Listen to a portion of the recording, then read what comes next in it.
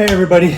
So when I recently came across a podcast called What Now with the comedian Trevor Noah, he dropped a business theory that was so spectacularly idiotic that it honestly needs its own pre-recorded laugh track. The one time he isn't trying to be a comedian is the most comical thing I think he's ever said that I'm aware of. He's a political commentator and hardly funny when he's even trying to be. I've spent the last 30 years working in some of the most complex, high-stakes humanitarian environments in the world. I've managed hundreds of millions of dollars for global charities, dealt with massive financial risk, and now I track every single penny of my early retirement. So I like to think that I know a little bit about financial accountability. I'm going to play a few excerpts of that video here for you to hear directly from the ass's mouth. If I ruled the world, I would abolish quarterly earnings that companies report on, and I would probably extend it even further than companies wouldn't be able to report on their earnings for maybe a few years actually. No reporting at all, any company. They wouldn't be, they'd just be we just run. Like the SP 500, we wouldn't know what's going on with those. Yeah, no, you wouldn't know their earnings. Right now it's quarterly. Yeah. Quarterly earnings report. It's Chrysler gone. Made 300 no billion. more quarterly earnings. And I would even extend it to maybe 2 to 3 years, maybe. Every 3 years they could report their earnings. Right? Okay. And I'll tell you why. In my mind, I think we can draw a direct line between quarterly earnings and the destruction of most things society has held near and dear. Oh, yeah, I'm with you on that. I think the cation of everything, as I call it, I greatly attribute to quarterly earnings because the quarterly earnings has made it so that every CEO of every major company has to make sure that the reporting that they do 4 times a year shows that the company's making more money and is more profitable. 4 times a year you have to do this. And because you have to do this, and because it affects the share price and your job as a CEO, your incentive is now to make sure that every quarter your company makes more money than it made in the previous quarter, or the money is going up, versus looking at the long-term prospects of the company, the employees, and the thing that you're actually trying to do in the world. So in these clips, Trevor argued that if he ruled the world, thank God he doesn't, he would eliminate quarterly earning reports. He wants publicly traded companies to go radio silent for 3 to 5 years. No updates, no accountability, just run in the dark.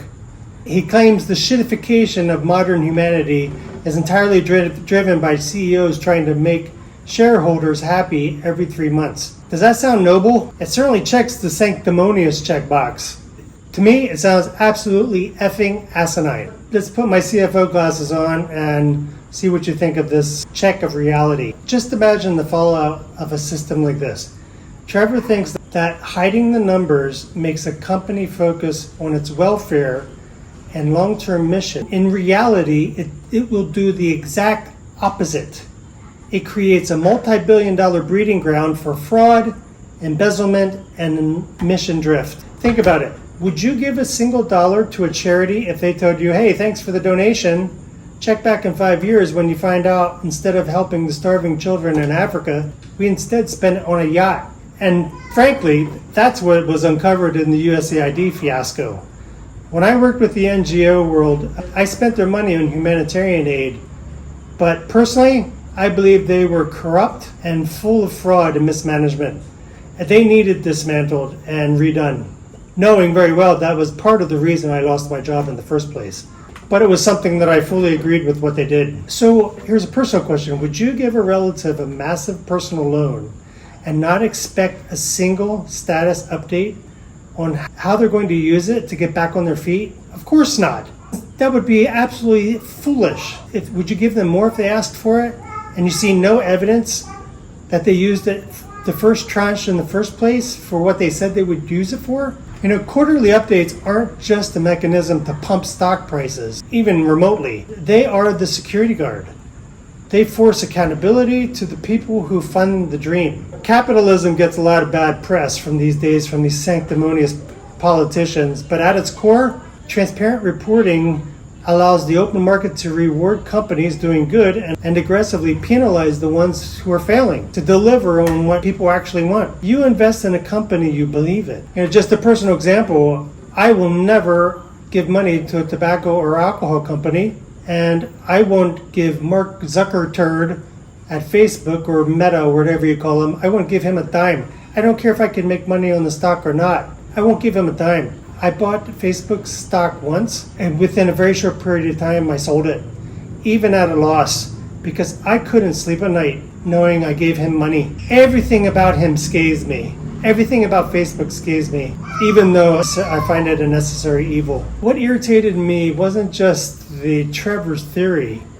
It was the echo chamber he was talking in. The co-hosts on the podcast were just nodding along. Oh yeah, totally. I see exactly where you're going. No pushback.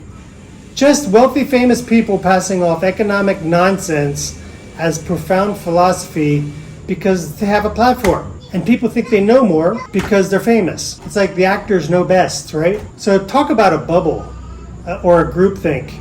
Let's be entirely real here. Trevor Noah is likely making an absolute mint on the stock market. He is actively building up enormous wealth of the exact corporate compounding machines he's criticizing. It's classic celebrity hypocrisy, and you see it constantly with them in Hollywood. But let's just step away here from the millionaire podcasters and look at a real world lesson for you and me. So how does this apply to us poor folk, us schmucks here under $1 million? In my career as a CFO, I had to present quarterly reports to donors and boards, sometimes monthly. Why? Because regular assessment is the only thing that keeps an organization aligned with its mission and aware of hidden risks. We need to report this to donors on a constant basis. It's relentless. It reminds me of a timeless principle from the scripture, to whom much is given, much is required. And the parable where the master gives more to the steward who actually measured, managed, and grew what he was entrusted with tenfold, fivefold, and twofold. If you don't look at what you have, you lose it. The donors won't give you more if you don't account for it. Think about a commercial airliner flying. The pilots don't just lock the controls and take off and close their eyes and sleep and check every few hours where they are.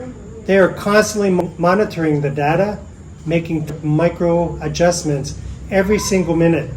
Because if they're off by one single degree at any point in the flight, you could end up hundreds of miles off course in the wrong direction by the end of it. Here's where it comes down to you and me. When you enter an early retirement, especially on a moderate budget under $1 million, you are the pilot, the CEO, and the CFO of your own life and your finances. If I adopted Trevor Noah's method and decided to ignore my retirement portfolio, my monthly expense tracking, and my spending for the next 3 to 5 years, and the monthly report that I give to YouTube, it's a process that helps me go through slowly to make sure where my spending is and not go on autopilot.